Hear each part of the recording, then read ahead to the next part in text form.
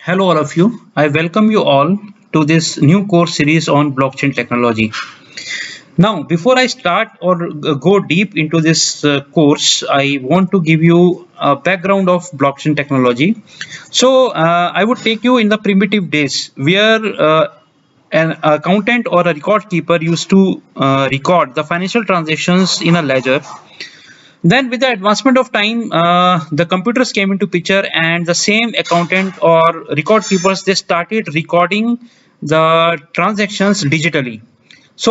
This was a better option, but then the new problem came into picture. So this digital recording of transactions they faced cyber attacks, and you must have heard in recent time many banking systems or organizations which are dealing with financial transactions recording they came under the scanner of this cyber attackers.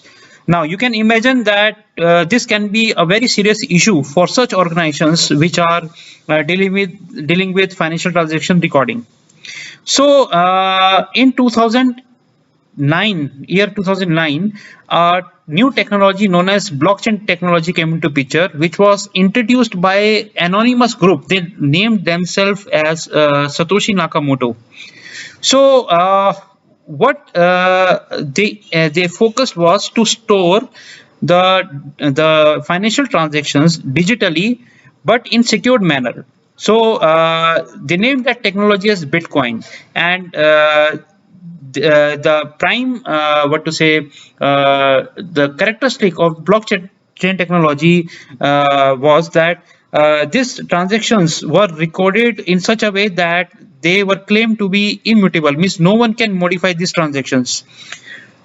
Well, another prime motto of introducing blockchain technology was to ensure the peer-to-peer transactions. Means, let us say, if I want to send a transaction or money to another person, so there is no involvement of third party. Like if I want to send in today's scenario, if I want to send money to some other person, I have to involve a third party like a bank. But this group, Satoshi Nakamoto, they introduced their own decentralized financial transaction platform, which they named as Bitcoin, where these transactions could be done without involvement of third party. And another remarkable feature was that the record of these financial transactions were recorded decentralized manner. It means the record was not held centrally like by a single bank, but it was held by multiple nodes or computing devices which could store the identical copy of these transactions. Now, this blockchain technology term has become a buzzword, but what does blockchain actually means? So basically in blockchain we have a blocks. What these blocks do, these blocks store the record of transactions, and these blocks are linked to each other, and every time a new block is added to this linked blocks, and we call it as blockchain. So if I go into the basics of each block, what each block contains. So each block contains around 4 to 5 important components. One, we call it as block hash number. So block hash number is a unique number which identifies a block, and every block contains previous block hash value. Now if you observe this figure below, I have shown two blocks, block 13 and block 14. So if you observe in block 14, there is block hash value of block 13. Now, apart from the current block hash value, previous block hash value, we have timestamp, which is recorded in each block. So what timestamp is? It is a time record when that particular block was added into the blockchain. And of course, every block contains the record of transactions. Then we have something known as Merkle root. I will explain what Merkle root in next slide. And then we have nonce. So for the time being, you can understand nonce is nothing but it is a random value. So we say that blockchain is immutable. So when I say immutable, means once a transaction is recorded, it is practically impossible to change that record. That is a unique characteristic of a blockchain which provide it a unique identity or characteristic, because of which it stands different from the centralized storing system, because if the transaction is immutable, so we say the recording of transaction is very much secured. Now, why it is immutable? That is a very important question. So to understand that, I will introduce you with a concept of miner. So what happens in blockchain? We have some computing nodes. In simple sense, we can say we have computers which are part of blockchain. They are collecting the transactions. So in a network, blockchain network, there are transactions which are floating in the network. So there are many computing powers or miners which are collecting these transactions. So what they do, these miners, they collect the transactions, right, and they try to what we call it as mine a block. So what is the meaning of block mining?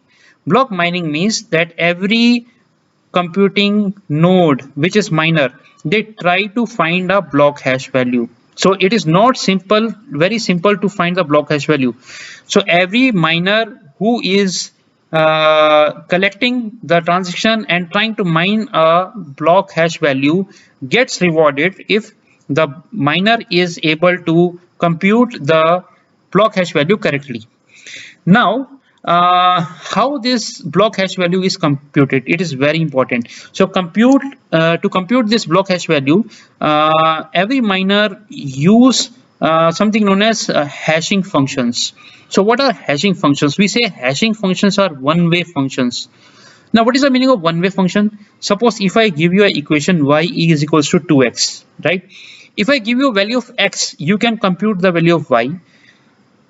Also, if I give you value of y, you can get the value of x. So that's why I say y equal to 2x is two-way function. But these hashing functions are one-way function. It means that if I give you value of x, this hashing function, it calculates the encrypted value of the input, right? And we call it as hash value. So it is a one-way function, means you can get the output or a hash value of the input data, but given the hash value, you are not able to calculate the input. So that's why we call it as one-way function. Another important feature of hash value is that for every distinct input, the hash value is distinct.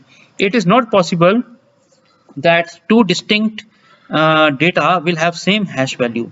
So now what every miner does is every miner collects the transactions. So suppose a miner collects transaction T1, T2, T3, T4. So if you look at this tree-like structure which I have shown below, so every miner, let us say I consider one particular miner which has collected 4 transactions T1, T2, T3, T4. Now that miner calculates the hash value of T1. Let us call it as H00. Then the miner calculates the hash value of transaction T2. Let us call it as H01. Then the miner calculates the hash value of transaction T3. Let us call it as T10. Then the miner calculates the hash value of transaction T4. Let me call it as H111.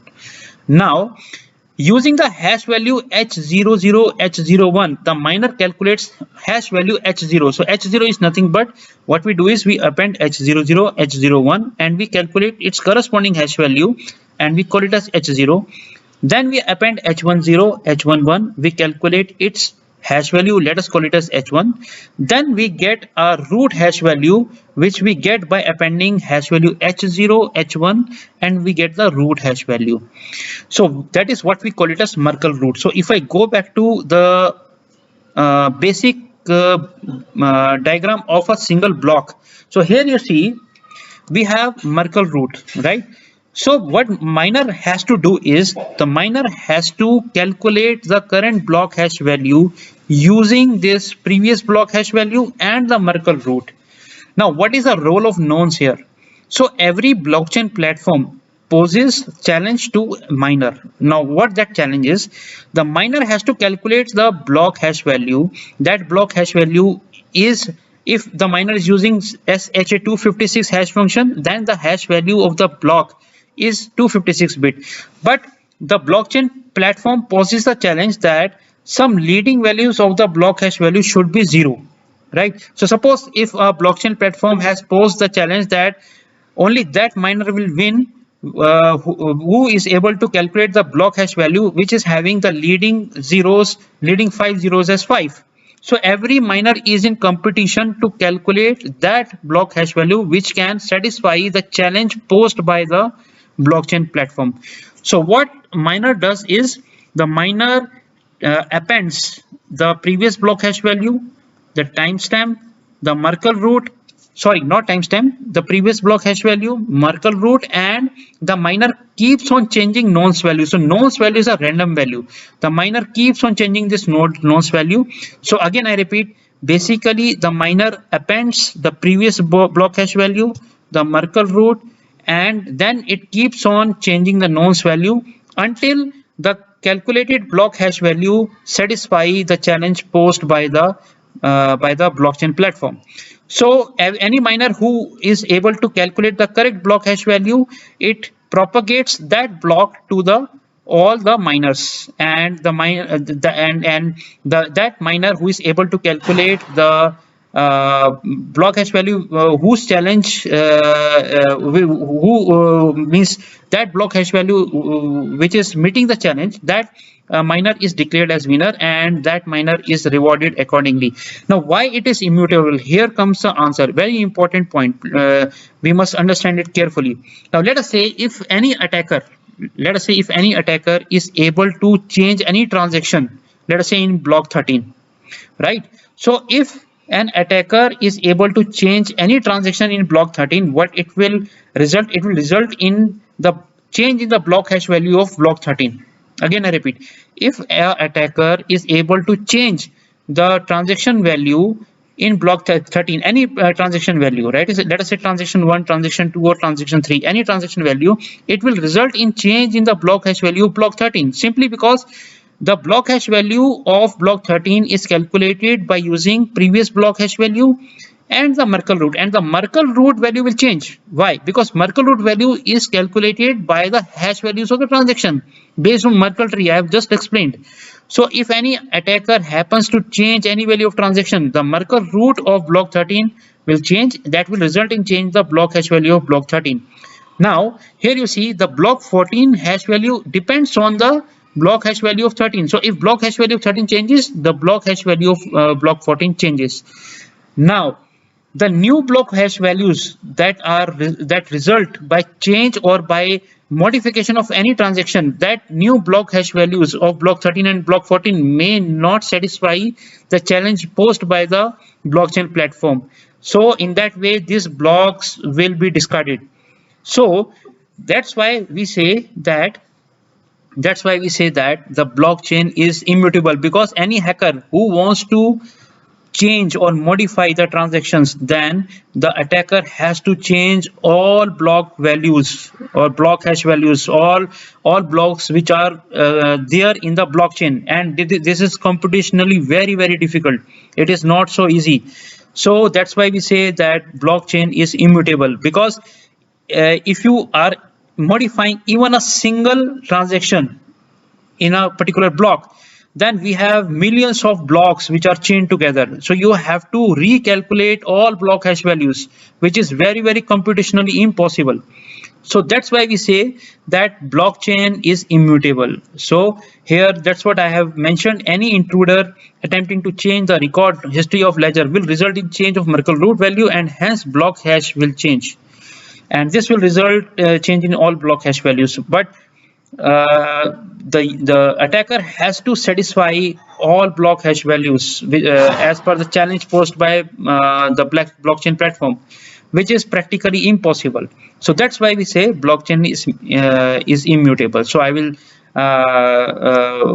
halt my first video lecture where I have introduced just basics of blockchain, why we say blockchain is immutable, and why we say it is very much secured to store the financial transactions. Thank you all.